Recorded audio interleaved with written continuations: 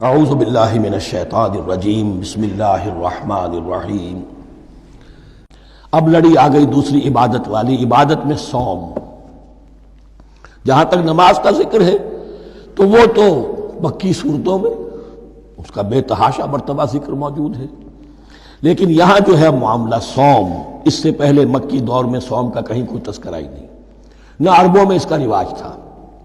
یہ لفظ بھی عربی زبان میں تھا گھوڑوں کے لیے، گھوڑے روزہ رکھتے تھے۔ رکھتے کیا تھے بیچارے؟ انہیں رکھوایا جاتا تھا، کیونکہ عربوں کا جو معاملہ تھا وہ لوٹ مار، غارت گری، اور اس کے لیے انہیں چاہیے تیز رفتار سواری، جاؤ حملہ کرو، لوٹو مارو اور بھاگو۔ اونٹ جو ان کی فضا اور ان کے ماحول کے لیے مناسب تھا وہ زیادہ تیز دوڑ نہیں سکتا، اپنی اس ضرورت کے لیے گھوڑا چاہیے تھا۔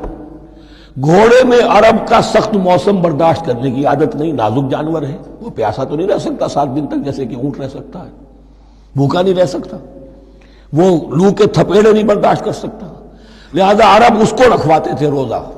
کھانا پینا بند کیا اور اس کے جو ہے منہ کر کے کھڑے ہو گئے جب گرم تیز ہوا چل رہی ہے، خود تو اپنے آپ کو لپیٹ لیا اپنے گھٹنے میں، غترہ کہلاتا ہے وہ جو بھی کپڑا اوپر ہوتا ہے، اور وہ اس گھوڑے کو جو ہے وہ ساری آگ اس پر برس رہی ہے تاکہ اس میں عادت پیدا ہو جائے جھیلنے کی، برداشت کرنے کی۔ تو جنگ کے موقع پر کہیں یہ دغا نہ دے جائے، اگر یہ ہمت ہار گیا تو اس کا تو کیا کیا جائے گا، تو اصل میں سوار ہے جو مارا گیا۔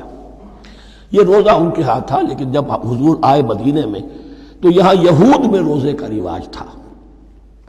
وہ ایک تو عاشورہ کا روزہ رکھتے تھے، اس لیے کہ وہ تاریخ تھی جس میں کہ نجات ملی تھی بنی اسرائیل کو فرعونیوں سے۔ پہلے یہ کہ ہر مہینے میں 3 روزے، اب اگر 30 کے 30 روزے ایک ہی مہینے میں فرض کر دیے گئے ہوتے اور وہ ہوتے جون جولائی کے تو جان نکل جاتی۔ بہترین تدبیر یہ کی گئی ہر مہینے میں، اور یہ موسم سارے آ رہے ہیں اس میں۔ پھر کچھ عرصے کے بعد یہ رمضان کا روزہ فرض کیا گیا۔ پہلا جو روزہ تھا 3 دن کا، اس میں یہ بھی تھی اجازت کہ جو اگر مسافر نہیں ہے، بیمار بھی نہیں ہے، طاقت رکھتا ہے روزہ رکھنے کی، پھر بھی روزہ نہ رکھے تو اس کا فدیہ یہ ہے کہ 1 مسکین کو کھانا کھلائے۔ علی الاطلاق تھا یہ۔ جب رمضان کے روزے کی فرضیت ہو گئی تو اب یہ فدیہ نہیں ہے، البتہ حضور نے اس کو باقی رکھا ایسے شخص کے لیے جو بہت بوڑھا ہے، یا کوئی خاتون بہت بوڑھی ہے برداشت نہیں کر سکتی، یا کوئی بیمار ہے، کسی سخت ایسی بیماری میں ہے کہ روزہ اس کے لیے جان کے لیے ہلاکت کا اندیشہ ہو سکتا ہے، اس کے لیے فدیہ برقرار رکھا۔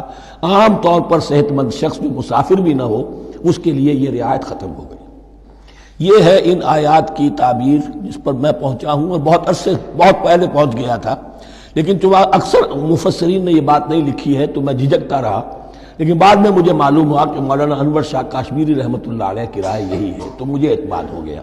اور پھر مجھے اس کا ذکر جو ہے یہ تفسیر کبیر میں امام راضی کے ہاں بھی مل گیا کہ متقدمین کے ہاں یہ رائے موجود تھی کہ پہلی 2 آیتیں جو ہیں اس روزے سے متعلق یہ رمضان کے روزے سے متعلق نہیں ہیں، بلکہ وہ 3 ہر مہینے کی 13، 14 اور 15 ایام 20 کے روزے حضور نے بعد بھی رکھے ہیں نفلاً، لیکن شروع میں یہ 3 روزے رکھنے کا حکم دیا گیا تھا۔ پہلی 2 آیتیں اس 6 آیتوں پر مشتمل رکوع، اور یہ ایک عجیب مقام ہے۔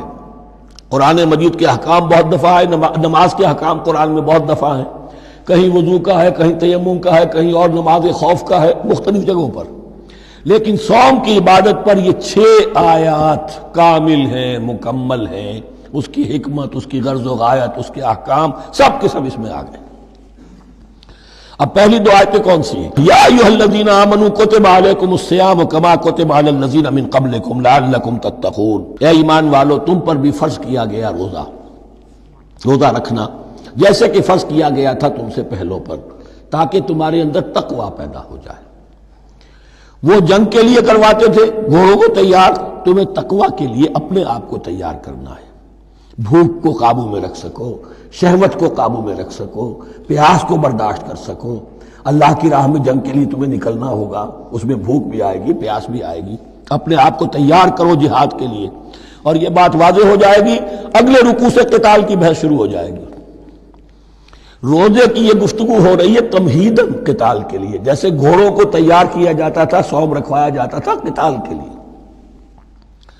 ایام معدودات، گنتی کے چند دن ہیں، یہ گویا کہ ثبوت ہے اس کا کہ یہ 2-3 دن سے زیادہ، معدود جو ہے وہ عربی زبان میں 9 سے زیادہ نہیں ہو سکتا. معدودہ جب آئے گا، ایام معدودات، یہ جمع جو ہے جمع قلت کہلاتی ہے. معدودات، معدودہ بڑی سے بڑی رقم ہو سکتی ہے، لیکن معدودات جمع قلت ہے.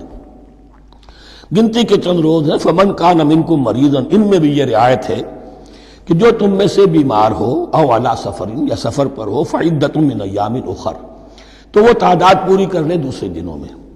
وعلی الذین یطیقونہ، اور جو اس کی طاقت رکھتے ہوں، فدیۃ طعام مسکین، وہ فدیہ دیں ایک مسکین کا کھانا کھلانا. ان آیات کی تفسیر میں جیسا کہ میں نے عرض کیا مفسرین کے بہت سے اقوال ہیں، اب میں اس کی بحث میں نہیں جا سکتا. جو میں نے اپنے مطالعے کے بعد رائے قائم کی ہے میں صرف وہی بیان کر رہا ہوں کہ اس وقت، اور یہ امام راضی کے الفاظ ہیں، کہ یہ فرضیت علی التعیین نہیں تھی بلکہ علی التخییر تھی. فرض تو ہے روزہ، لیکن اس کا بدل بھی دیا جا رہا ہے. اگر تم نہیں رکھنا چاہتے تو تم ایک مسکین کو کھانا کھلا دو. تو گویا کہ تدریجاً انہیں لانا تھا، چونکہ اس بات کے وہ پہلے سے عادی نہیں تھے.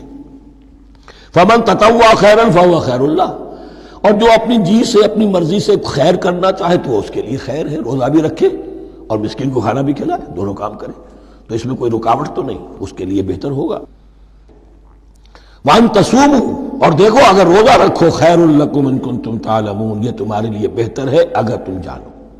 اب یہاں بھی ایک طرح کی رعایت کا انداز ہے. صدق اللہ العظیم.